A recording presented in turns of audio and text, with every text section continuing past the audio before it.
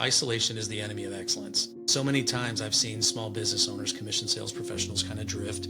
They try to do things on their own. Joyful accountability is surrounding yourself with people who believe in you, know what you're trying to build, and hold you capable. What are some of the first steps in building that type of relationship? It's gratitude, curiosity, and then generosity. Learning how to give referrals in the manner you'd like to receive them is one of the best skills a business owner can pursue. Welcome to the Deep Specialization Podcast, the show where we blend focus, strategy, and client intimacy in order to scale and simplify our businesses and our lives. I'm your host, Quinn. Let's jump into the show. Welcome back to the Deep Specialization Podcast.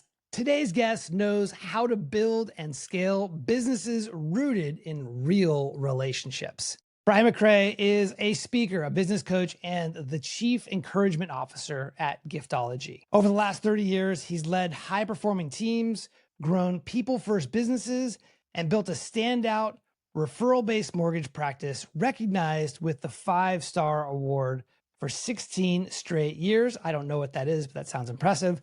He was the youngest GM in company history for a nationwide electronics brand. Later, he led one of St. Louis's fastest growing private companies. Brian is both a partner in John Ruhlin's Rich Relationship Society and a student of leadership through programs like the John Maxwell team and Michael Hyatt. Through coaching and live events with over 20,000 attendees, Brian helps commission-based pros and founders grow through meaningful offline conversations. Today, we'll unpack how service-based founders can scale through referrals, relationships, and real connection. Brian, welcome to the show. Corey, man, thank you for that introduction. Yeah, absolutely. I'm excited to have you on. Ditto. I'm excited to be here. Thank you so much. So you and I met a couple months ago at an event that was hosted on behalf of John Ruhlin. This is a book launch for his book called Beyond Giftology, which was published post, how do you say it? It's like posthumously. Yes. Posthumously. So he very suddenly passed away in August of 2024 and left a big hole in all of our hearts. And we were there to celebrate his life, celebrate the book launch, and you and I got connected and learn more about you and the work you're doing, your fantastic careers we just touched on, and specifically your work around, relationship-based growth and referrals and that whole sort of department. So I'm excited to have you here. I'm excited to have the audience do the same. Corey, I've seen where your heart's at. I've gotten a copy of your book. I've heard about your practice, and the fact that you were in the room just to honor John. It's a blessing getting to hear a little bit more about you, and I'm excited for this today. Thank you. So as I mentioned, your journey scans corporate leadership, consumer electronics, and a very successful referral-based mortgage practice. What drew you to build a business around relationships? That's a good question. The time that I spent in the corporate world selling B2B, I was the vice president, general manager for a computer software training company. And if you go back several years ago, there was times when people actually needed training for that. There wasn't something called YouTube when I was doing that. We were literally business to business. It was cold calling. When I started with the company, I was a sales manager. We grew to have one of the fastest growing companies in St. Louis. It was part of a franchise. We were award-winning franchisee. But what I realized, when you're teaching guys how to make 100 cold calls a day, it gets pretty empty, to be honest with you. They would find that they would consume the training and then the relationship kind of fell. Maybe they might come back for more later, but it was always, every time you were creating an opportunity, it was always having to refill the bucket every month. And so now I know as an entrepreneur, that's always our job, but man, there was kind of this hole. And so I got out of that business, and I had a mentor, what became a mentor of mine. He was a friend, and he had been recruiting me into the mortgage business. When I got into the mortgage business, Corey, I didn't know it. I had a mortgage. I didn't know much about it, but I like the idea of being an entrepreneur, meaning I could focus on building my business, but I didn't have to be the full entrepreneur. I didn't need to worry about operations. I didn't have to worry about benefits. I didn't have to worry about the stuff that I wasn't any good at. And I just got to go out, and I thought, you know what? I had this vision of building a referral-based business. And, I had some mentors in there, and everything that I enjoyed about what I was doing in my previous job, building people, growing sales professionals and building relationships with them, I tried to bring into my role as a mortgage professional. And that served me well over time. That was always part of the vision, is to be able to build relationships of people that will trust you and refer you time and time again. So yeah, that was just really, it was kind of a vision and a passion that I just continued to pursue. So many of the listeners here are agency founders, and like any market worth pursuing, it's noisy. It is very transactional, a lot of commoditization, devaluing. Why does building a practice around relationships matter so much in today's world? Well, there's a buddy of John's. You may know the name John Israel. I don't know if you've met John or not, but he was one of John Ruhlin's dear friends.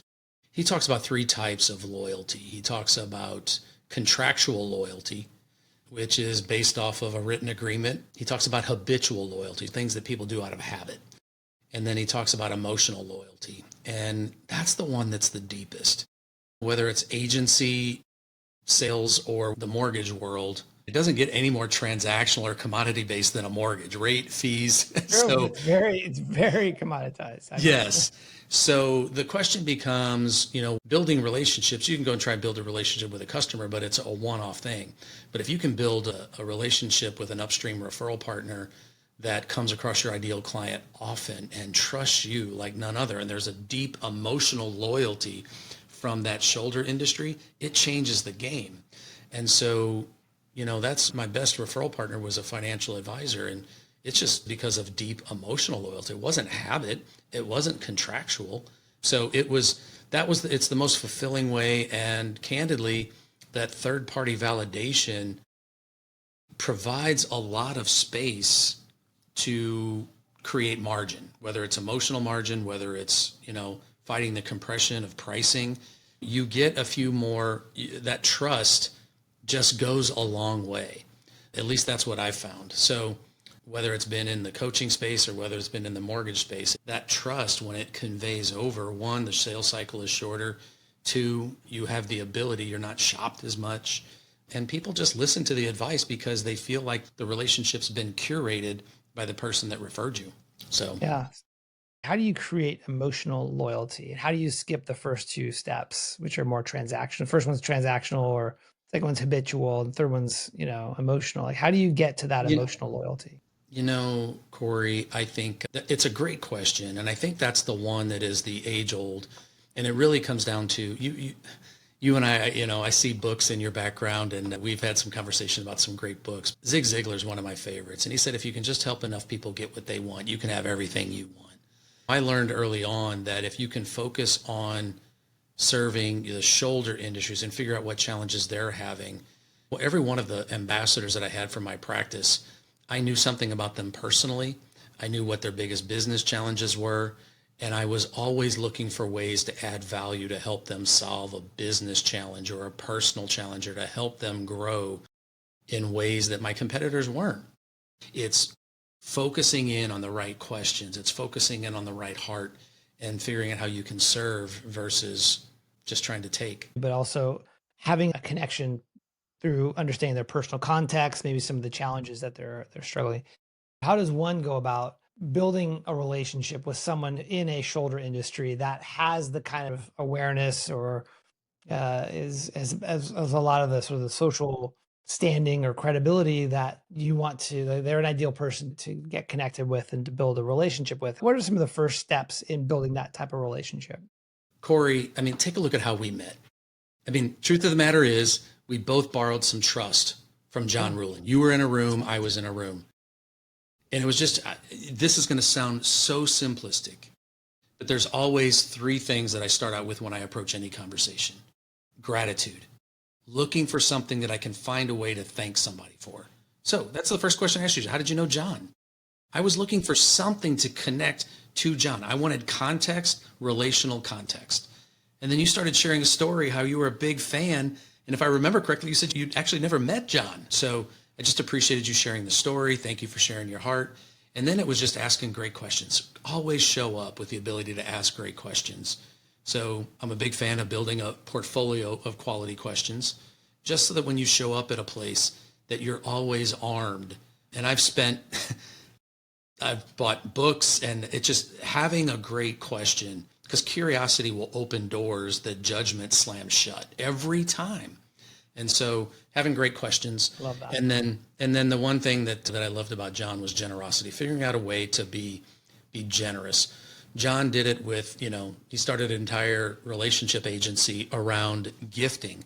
But gifting is just one form of generosity. Because honestly, the people that were in that room today, it wasn't John's gifting, it was John's generosity. Yeah. Gifting was just one expression of generosity.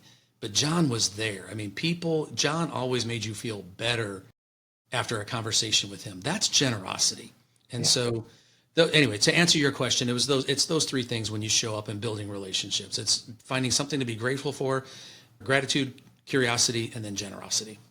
I love that, by the way. It's very clear and also actionable. When you mentioned about asking great questions, that you actually recommend people have a portfolio of great questions.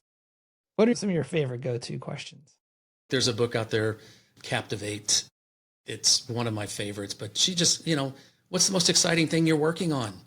There's conversations. What are you excited about? What's the big project you're, it's rather than, everybody starts with how's the weather, but I think, where are you from? Yeah, exactly. And there's all of that stuff, which is, I think it's a requirement, and I'm not saying to throw that stuff out, but I think if you can elevate the quality of your questions, you can elevate the quality of the conversation. And when conversations flow, relationships tend to form. So, yeah, I love that. So you have mentioned in previous interviews that you believe that helping your best referral partners grow their business is one of the best ways to grow your business. Can you talk more about that? Well, you mentioned an event that, it was, if you think about it, just a little context here, mortgage business, 2010. And this is actually how John and I met. So I was in St. Louis at the time and been in the mortgage industry probably it was about 8 years at that point. And I'd had some success. Actually, I was doing well. But I'm sitting at my kitchen counter, and I just remember hearing the words from a faith perspective. I believe it was the Holy Spirit speaking to me, Corey. But the point is, I heard these two words, inspire people, ran through my head, and I didn't really know what to do with it. Shortly thereafter, I was reading a book, or I heard an interview. I called a guy, and he encouraged me to start an event. He had written a book, and it was a guy named Michael Mayer. And Michael encouraged me to start an event, and I did. So the point is, if you think back to 2011, I was in the mortgage business. I was in a relationship referral-based business. Now, many of your listeners might not remember that time. They may not have the gray hair that I have. But back in that time, the real estate industry was in the tank. The financial services industry was in the tank. That was the joke, 401k became a 201k. The stock market was bad. The real estate market was bad. Fortunately for me, in the company that I was working in the industry, interest rates were, at that time at historical lows. We were helping a lot of people. And I just felt this desire. My referral partners were struggling. And so I got encouraged. I just thought, how can I start an event to help them? And that was the idea. And so I just started talking about building relationships. I started pulling books together. That's how I met, got involved with John Maxwell. And it was really 3 basic criteria, Corey. So once a month, we had people showing up, free event, and we were teaching them how to build a referral-based business around relationships. We were talking about productivity and leadership. 3 kind of pillars that every sales professional, founder, entrepreneur wants to get better at. They want to be more productive, they want to be a better leader, and they want better relationships. So that's what we focused on. And I ran that event for, 12 years. And we had over 24,000 attendees at a free event. And the point was, provide value to them. It was free. So you had to provide value, give them content that would make a difference, that would inspire them to go do something that they wouldn't have done had they not shown up. And so that's what we did. And so when you ask, how do you add value? It's trying to give people, whether it's personal development, whether it's attacking their business, or candidly, sometimes it's just listening. What's your biggest challenge right now? What have you tried? What are you thinking about doing next? Or just 3 kind of great questions that you just open doors that you will hear things that trying to pitch your latest product or service, just, it's usually in one ear out the other. So a lot of the stuff that you talk about is about really doubling down on things like calls, just having conversations with people, doing one-on-ones, going to live events, hosting live events, like you're saying. Why are these tactics so relevant today? There's a phrase that I use with my coaching client: connections plus conversations equal contracts. For most small business owners, entrepreneurs, sales professionals, it usually requires some sort of conversation. And if you want referrals, it's going to involve conversations or people hearing your voice and wanting to listen to your voice. So I'm a big proponent of events and finding out a way to do a one-to-many. I love events. It's a phenomenal way. And, you've got a great strategy here with your podcast. It's a one-to-many strategy where people get to hear your heart and how you serve people. One-to-many strategies are awesome.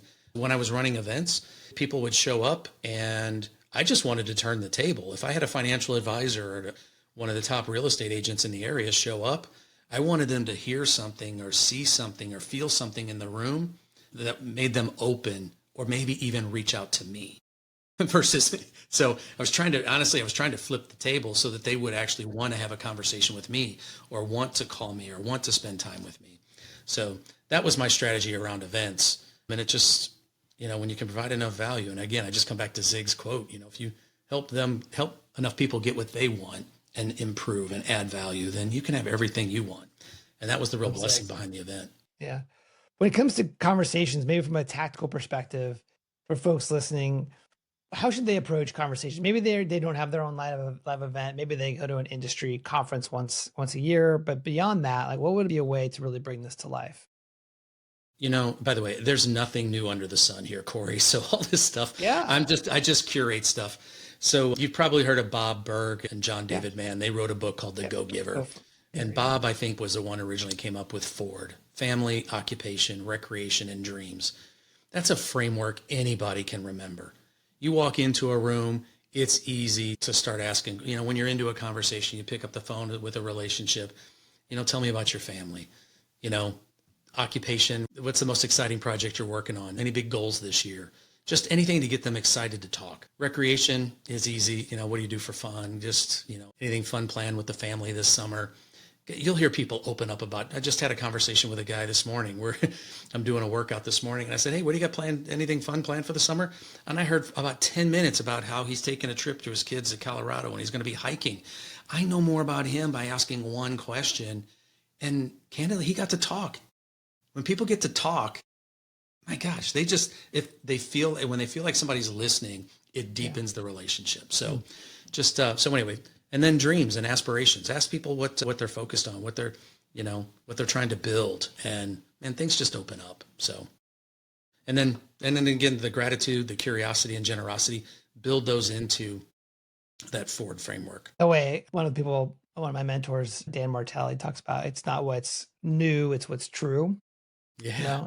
And I'm okay with, these things can be first said decades ago, but as long as they're still true, that's what matters. And it's good for us all to remember this. For the people who can't see me, I'm taking a ton of notes. I got FORD, I got all these things because Corey,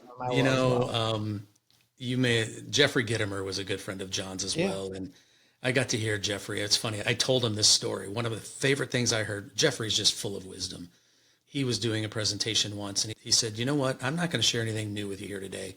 He said, when you hear this, I don't want you to, the question isn't how well do you know this? The question is, how well do you do it? So when you hear something, it's not how well you know it. Because that's whenever we hear this. Knowledge. Exactly. Right. So everybody says wisdom, our knowledge is power. And it's really, it's applied knowledge is power. So that's right. It reminds me of the way I like to read books is slowly with, writing in the margins and dog earing pages and going, applying all the things versus how many books can I read this summer? Absolutely. I think you've called a well-managed database, contact database, one of the best insurance policies for commission-based pros and certainly for entrepreneurs and leaders as well. Why is that? Well, it's real simple. If you don't, what's your answer? If relationships are the currency, I'm not kidding. The stories that I'm going to share with you are actually painful. When I first started coaching years ago, I was working with a sales professional. She'd been in the industry. She was top notch. She was incredibly competent And she was going out into the marketplace just trying to demonstrate her competence. And she was struggling. And when you go out just trying to say how good you are and how fast you are, what kind of service you provide, honestly, that's just a race to the bottom. And I just was asking her questions. I said, so you've been doing this for 20 years. You've had some success. You're struggling right now. I said, let's go back and let's take a look at the basics. How many people are in your database? She says, what do you mean? I said, well, how many people do you know you've been doing this for 20 years. She had less than 200 names that she knew in her database after 20 years. And if you want to just continue to grind, a database, a list is the currency. When I have a car wreck, I've got an insurance policy. Whenever you have a business wreck, you've got your insurance policy is your relationships. And if you don't keep track of them, what are you going to do? So, yeah, a while ago, I was also in financial services. I was a financial advisor for Morgan Stanley Dean Witter. Yeah. Back when Dean Witter was still part of the name. I was going to say before Dean decided to ride off into the sun. I don't even remember what happened there. I don't either. I haven't done Dean Witter in a while. Yeah. And I was there for a bit, and my shoulder was tapped. I was a junior broker, and I was tapped to go join a senior broker who was being recruited by UBS, a big Swiss bank, to leave Morgan Stanley to bring the business over to UBS. The reality is that the senior partner that I was a part of their team, we did go to UBS. The reason why this senior partner got a big payout for going over to UBS was because of his Rolodex, people he knew. It didn't necessarily mean that everyone that was a client of Morgan Stanley was coming over, but he had established an amazing set of relationships and a great reputation in the market, so much so that this other competitor was willing to pay a premium to have them on their team and not the competitors. Exactly. There's your insurance. That's a better story of anything. That's a positive one versus the negative one. Yeah. Yes, absolutely. So you use both automation and technology, but when it comes to enhancing relationships, you can't just rely on technology and automation. Why not? By the way, this is just an opinion, but I don't think, it's one thing to come up with, and please know, I know where many of your customers are, and I don't want to say that advertising, I want to set the advertising and the product aside for a second, because that is advertising works well to create traffic. I totally respect that. But the business development side of a business, when it comes to technology, I think we have to figure out how to use technology to free up our time so that we can do more of what's happening right here. I mean, we're using technology in a way to enhance a relationship. So I think we use technology to be able to slow down and automate things that don't require our talent. And I mean, truthfully, Corey, you're probably seeing it in your industry and with your clients. We're hearing there's not a single small business owner, commission sales professional, business owner, and I don't care what size the business is, whether it's a one-person shop or whether it's a Fortune 500 company. Everybody's talking about AI. And so here's my take on technology. Please. Technology should free you up so that you can focus on the new AI, which is authenticity and intentionality. That's, in my opinion, the new AI. And because I think that's where relationships will be built, when you're authentic and when you're intentional. And that's what I loved about John. John was as authentic and as intentional as you could possibly imagine. John wasn't even there. A couple hundred people showed up in a room in Austin, Texas, in the middle of March for a book launch to celebrate a guy. Why? He was authentic and he was intentional with his relationships. Yeah. So anyway, long answer to a short question about technology, but it's to free up time so we can be real with the relationships that we have.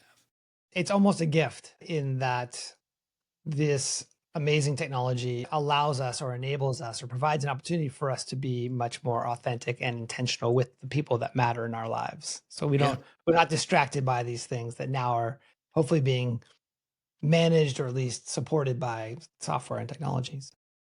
Yeah. So and I think that's going to be as technology continues to evolve.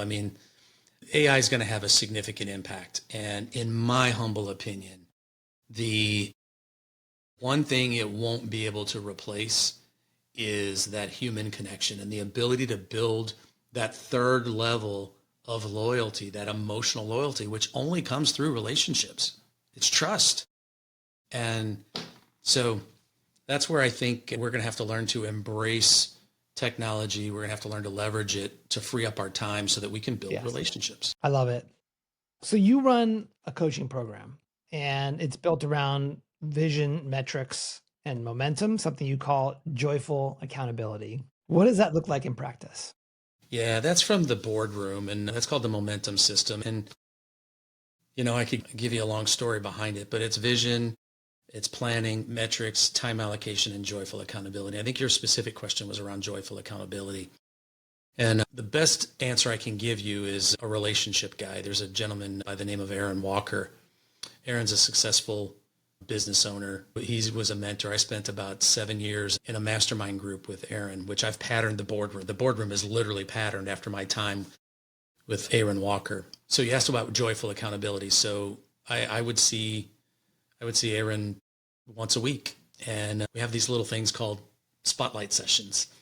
And joyful accountability looks like somebody knowing you well enough that know that what you're trying to build and holding you capable of it. He looked at me at one point. I was running successful mortgage practice. I had joined his group because I said I wanted to build a coaching practice.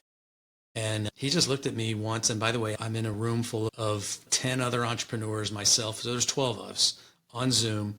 And he just looks at me and he says, McRae, do you want to coach? And that's exactly what I did, Corey. I just kind of looked there and I had to give everybody an answer. And Big A wasn't asking me because he was upset with me that I wasn't doing it. He was holding me capable of what he thought I could do and what I told him I wanted to build. And so I learned a very important lesson from Big A around joyful accountability, and that was isolation is the enemy of excellence. So many times I've seen small business owners, commission sales professionals kind of drift. They try to do things on their own. Joyful accountability is surrounding yourself with people who believe in you, know what you're trying to build, and hold you capable. So joyful accountability, it's got a negative connotation, but I like to say capable, hold you capable. And that's what I Big like A, that. I've never heard that. That is much more empowering than it is. That's what joyful accountability is. It's the empowering side of accountability versus the negative side of accountability. I love that. And so one of the ways that you help founders break through this isolation, like that enemy of excellence, is by surrounding themselves who are hold each other capable. I will tell you, the short side of it is I spent 6-7 years with Aaron, and it was when you surround yourself with other professionals who are growth minded, who are abundance focused, not scarcity focused. They want to listen. You build relationships. They hear things from you. You hear things from them. There's nothing that replaces that. I think it's a requirement to be. From a business building standpoint, being in communities like that are game changers. And where do you recommend folks find those type of communities? Oh, ask. So, honestly, Big A's got a great community. Iron sharpens iron. Derek Champagne's running that now. If anybody's interested in the boardroom, I've got a small boardroom. So I'm putting that out there. That wasn't the purpose of me bringing that up, but the point is, that's great. The boardroom, and talk to other people, talk to small business owners who are successful, and you'll find that most of them are spending time with other like-minded professionals. You talk about the 4 C's: competence, communication, consistency, and collaboration. These are the keys to amazing service. How can others? And you've got a top-notch research firm helping you with this. So that framework that you see there, Corey, and you'll hear me use the term, there's a lot of frameworks that I try to utilize to help me understand how to communicate. And so those 4 C's were really built for my mortgage team.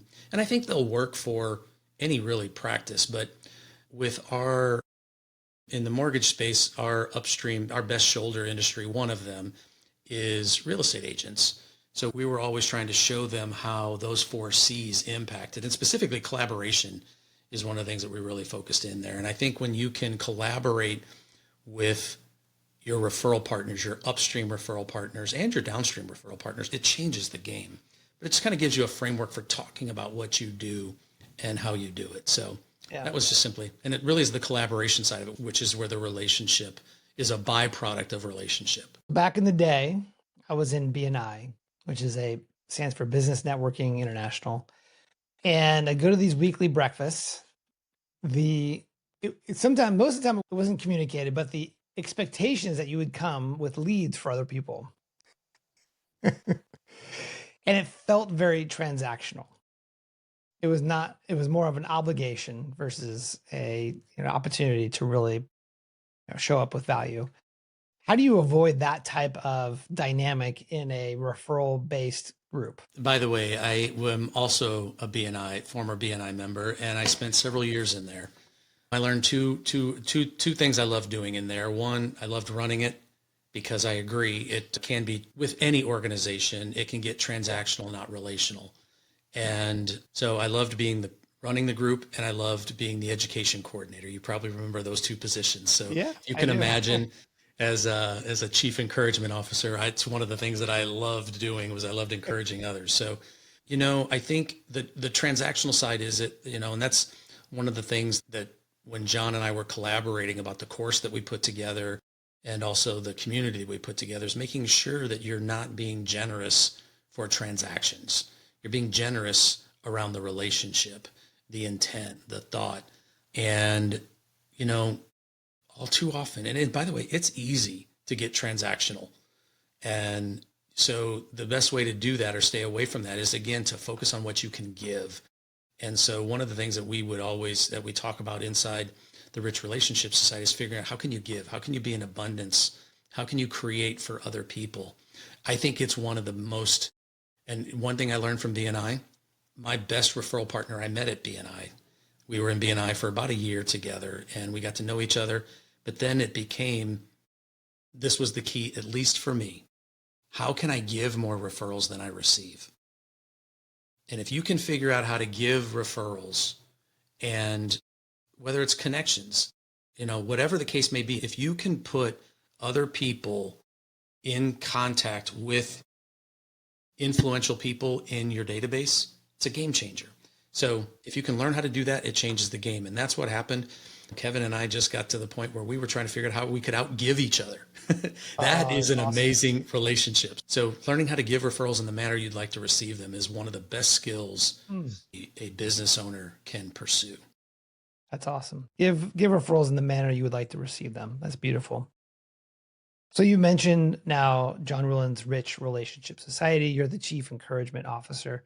Could you tell us more about what that community is and what's the leading philosophy? How does it work? Yeah. Do you mind if I share the story, how it all came about? Please, I'd love that.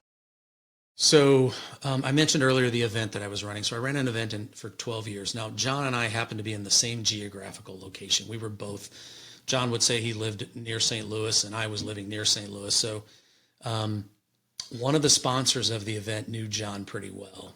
And when you start getting a couple hundred people in the room and you're trying to be the chief encouragement officer for a couple hundred people every month, that puts a lot of pressure. Every once in a while, you're looking for a good speaker to come in and encourage them to take a little pressure off. And so we were blessed to have some people showing up. And when you get that many people showing up in a room, other people want to speak. Well, I had been connected to John and I got to know John. Unfortunately, I didn't get him there before his book released. So we had to wait a little bit. I did invited him. He spoke at the event.